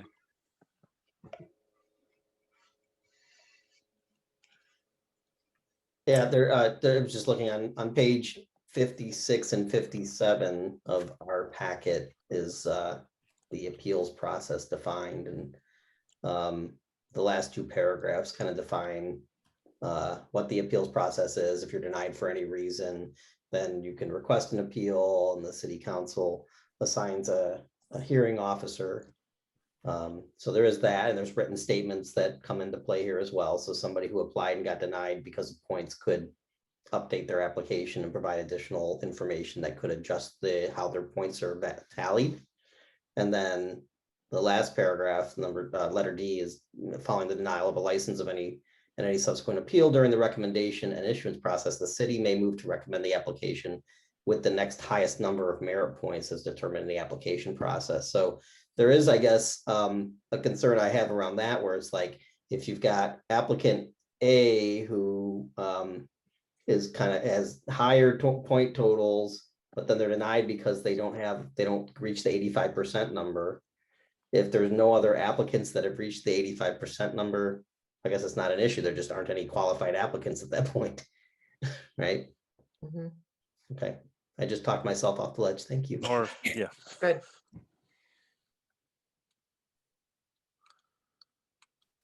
All right. I was just gonna say there was I was gonna read one comment about the hours that was brought up, page 36 of the packet. Let me get to that.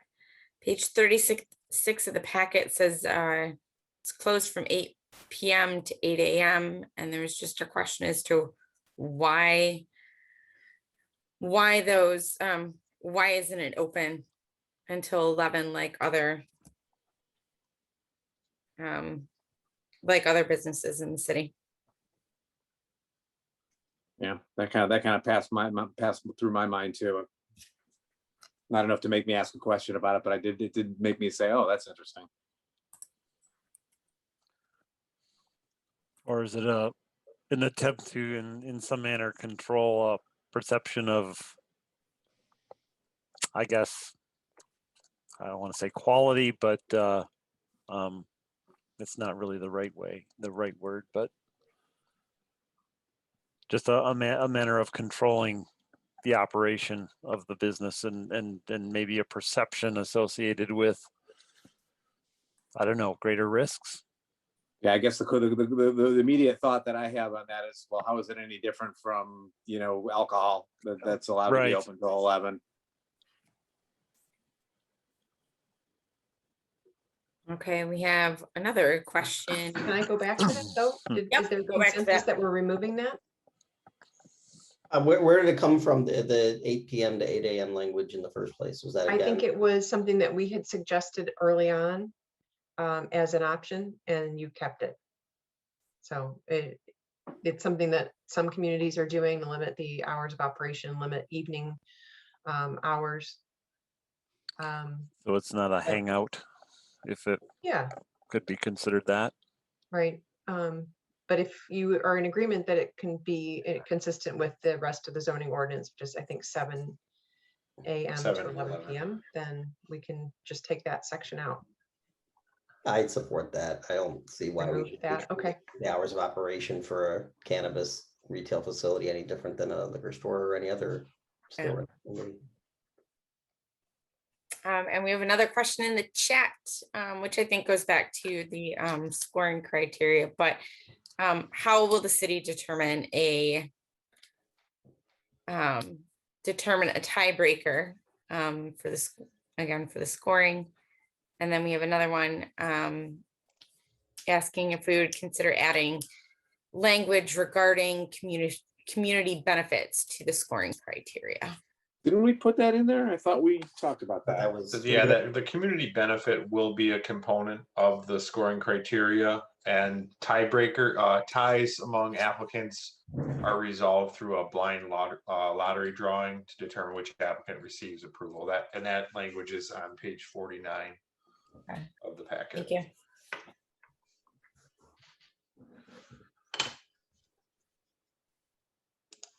So it sounds like we have maybe a couple of minor changes. Do otherwise, is the commission ready to put forth a motion to recommend with those changes that this proceed for a public hearing? Mr. Chair, before you proceed, this is Cheryl.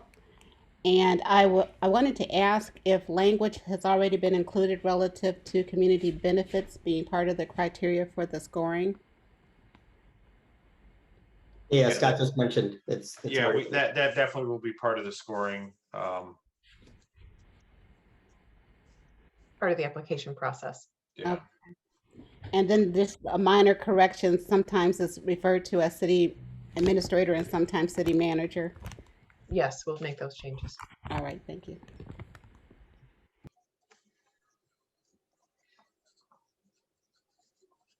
Can I ask Bruce, do you think this should go to council for them to look at it as a package before it goes to public hearing? We have time. We're Yeah, if I was to actually, say, we're doing pretty if well. there's time, then, yeah, I don't. And there might be additional can thoughts hurt. there. Yeah.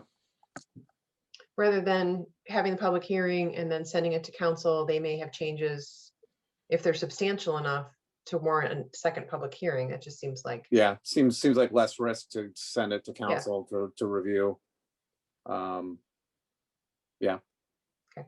And we could review it at the next study session. I mean, it doesn't have to be a council meeting.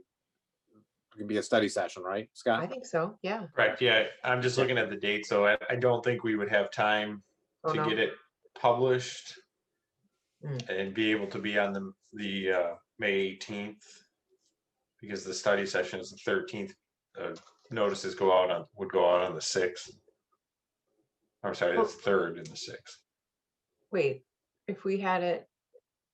Oh, no, so my suggestion was hold the public hearing in June. Oh, okay, then yeah, we would have plenty of time to have Two the readings. council take a look at it. June, public hearing, first reading. Because we still have, Yeah, that gives the us time. sunset goes down in August. Yeah, Right. there's one reading, there'll be a public hearing, planning commission for the zoning amendments, and then one reading at city council and 2 readings of the general ordinance at city council, which could always be done at a special meeting, but Right, and you could almost could you do the first reading before you had the zoning if you needed to? you could, yeah, we could do it simultaneous with the same month that planning commission holds their public hearing, city council has the first reading of the general ordinance. I That think. might work. Yeah. I think that's helpful. We have, certainly we have people in attendance here. And hopefully that'll continue at the council level so that by the time it goes to public hearing, it seems as though the community should be well aware of this ordinance and its development over the past 10 months.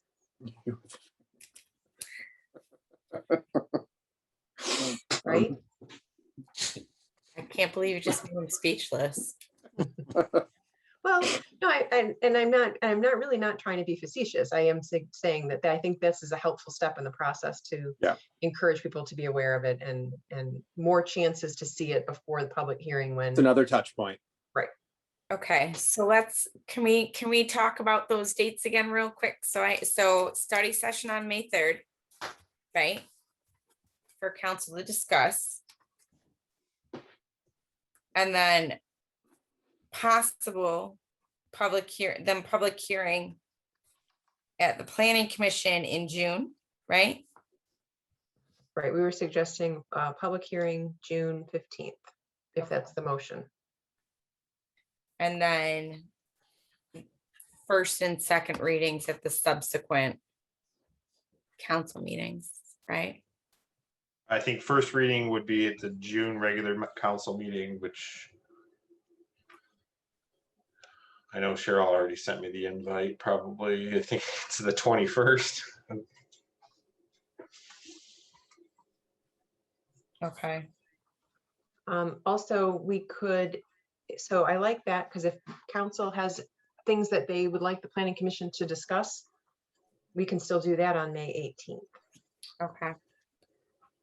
All right, and then so then the second reading at council would be July 19th. Okay. Oh, and then there's another question. Oh, there's two questions. We have question one is, can you explain the zoning around City Hall and why it crosses Southfield Road only for that short stretch? And that's the 1,000-foot distance from the parks. Well, is that the question, or is the question about the Village Center zoning district itself?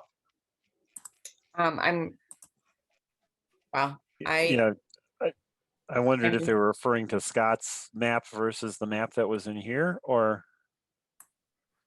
we could answer both questions. Talking about the separation, yeah. So first, if the question was about the big purple circle, if I could pull, I can pull up the map if that's needed. But the Village Center district is intended to be the city of Lathrup's village's commercial core, the heart of the city, and in effect serve as its downtown. It's a vision that the city's had since 2008-9, and is slowly trying to put a mechanism in place, well, it has through zoning, to support and guide the development in that way. It doesn't happen overnight, as we've discussed, and so you won't necessarily see anything when you drive past it right now, but in the future, the hope is that that would become and evolve into more of a downtown center for the community. So then the second point, if your other question was about why that bubble didn't go across the street, that was a map that we had prepared that considered separation distance from parks and plazas, but that didn't cross a main road. And that was something that we had talked about earlier, but that's not part of this conversation, and nor is it part of this ordinance. So the distance is a circle. It doesn't matter if you cross the road or not, property line to property line. So hopefully that answered your question. All right, and I have, I think so. I know who it is, so I think that should have. If not, type another question, please. And then another question we had in the chat was, will there be points for being a local business owner or resident? Yeah, I believe that's one of the items that we did discuss is giving a certain number of points for a local resident or existing business owner. All right, and we've got more. It says, I think it was recommended not to have provisioning centers close to each other. So why decrease the distance between from 1,000 to 500? If the city would want additional center later, then why not change the distance later? Yeah, that's exactly what I proposed, right? It was that we don't include any distance restriction, given the fact that we're only licensing 2 retail facilities. but that we add language that if the number of retail facilities to be licensed goes above 2, then the distance would be 500 feet. And of course, that distance can always be changed later by the planning commission and the city council. Okay. All right, that's all the questions that have Okay. popped up for now. We want to return to the motion. I'd like to make a motion, Mr. Chair. Motion to schedule a public hearing for this zoning ordinance around cannabis facilities on June 15th, 2021. With the noted changes. With the changes noted around distance between facilities, the percentage of points required to be considered an eligible application, and the operating hours. Second. Second. Those in favor, roll call. Roll call.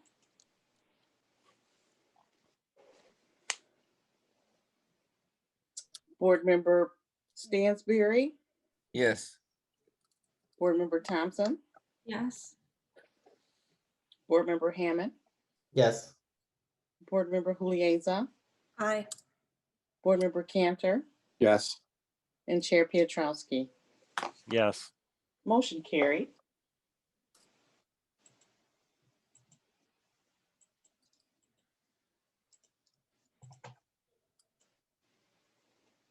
Okay, we'll move on to the next item on the agenda,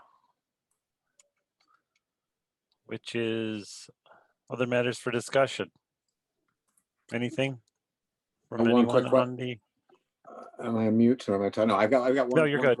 I got one quick question for Scott. It has to do with the sign ordinance. Just walking around the neighborhood, one thing I've noticed is I've started to see, a bunch of flags appearing. Are flags considered temporary signs? So like if somebody has a NASCAR flag or Hate Is No Home flag or Black Lives Matter flag, are those considered under the temporary sign ordinance, or is that something different? I think that's a separate, let me try to, I think flags are separate.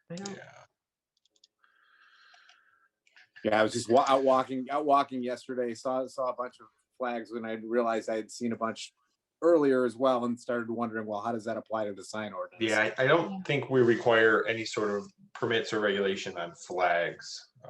Okay. Well, actually, I mean, other than, I think there's height restrictions and maybe, right. Maybe the total number. Hold on, I'm trying to open it up, It but says, Sorry. the standard says flags of any country, state, municipality, or similar entity shall be displayed on a flagpole or similar support. Set back a minimum of 5 feet from any property line. Maximum height shall not exceed 30 feet. The total number of flags on any lot shall not exceed 4. So if it's a cause or it could be advertising. That's a flag. Is that a loophole? Well, let's go back to our definition of temporary sign. I think that's why we said we did have a provision about, let's see here. So temporary sign means a sign that is not attached to a permanent supporting structure on the real estate on which the sign is located and is intended to be displayed for a limited period of time. And then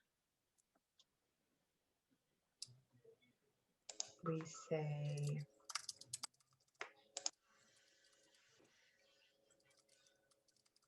temporary signs shall be constructed of durable all-weather materials and designed to remain in place and in good repair so long as they remain on display, provided, however, that each lot may have one temporary freestanding sign up to 3 square feet. All temporary freestanding signs larger than 6 square feet shall have a frame or a rigid border. So if it's smaller than 6 square feet. Right, but didn't we say in the ordinance that the maximum size is 6 square feet for temporary. But I think we added additional for a real estate sign. We did. But we said the maximum area of any individual sign is 6 square feet. Right, so then would that Is a, would that is a apply to flagpole. a flag? That would Is- apply to a flag then, wouldn't it? Not on a pole, not a flag pole. What if it's Isn't on a a flag- pole on a lawn? It's not attached to a. Isn't a fixed building? flagpole a I'm permanent part sorry. on the No, real because estate? well, if it's less than 5 feet high, I don't know. I was just curious. I mean, No, like I it said, I is- do. it's a good question. No, we could do this all night. The maximum height is freestanding. Freestanding signs is 5 feet. Right. Okay. Probably the ones that I've seen are probably higher than 5 feet, but yeah. I see a big red sale sign on a flagpole and wondering, yeah. Maybe Yeah, some more, maybe just some the only more reason why- research on that one, Jill. Just to Yeah. see what's happening out there. Okay. Yeah, I brought it up because I know the ordinance is going to be coming to council. And, it just kind of dawned on me, like I said, walking around, and whether or not that's something we need to consider before, it goes to council for final approval, or whether this is something completely separate, but I just wanted to mention it.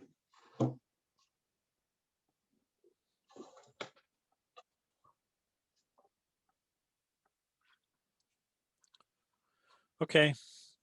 If there are no other matters for discussion, we'll go on to general communication.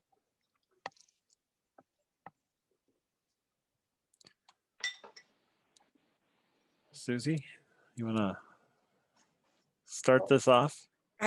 Yes, I can say I can be quick. DDA is having our spring into self-care, including the Step Up Challenge.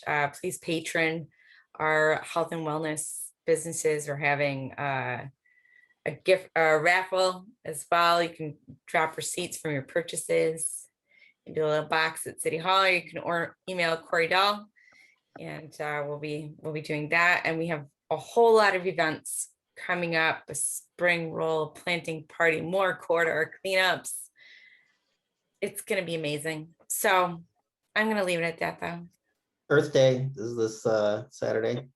Earth Day is this Saturday. Parks and Rec is doing some Earth Day events, planting, I believe. There's going to be I want to say there's going to be a bike parade as well. So I think that's in June. No, there's a Earth Day related. Oh, is there? Okay. Parade, bike decoration event, hazardous waste drop off, and I'm actually running a dog park cleanup event on Earth Day as well. So if anybody's interested in coming to help clean up the dog park, I would love your help. It's 12 o'clock on the 24th. We'll just be meeting at the dog park. All right, and then I just wanted to mention that road project, infrastructure projects have already started. Things are, well, I guess some of the pre-road stuff is starting. The road project will start officially on May 3rd. Some of the other projects like water main and fire hydrants and water main gate valves replacements have started. Service line replacements will start soon. We did start doing public service announcements. We did the first one about a week ago.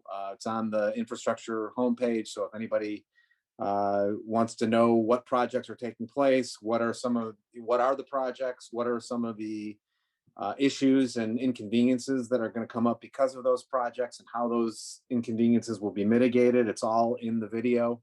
It's about a 15-minute video.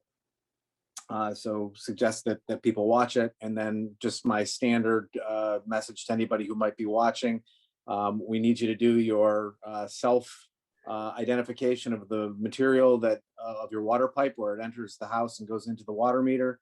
There's a 3-minute test that you can do. It requires no technical knowledge, very easy to do.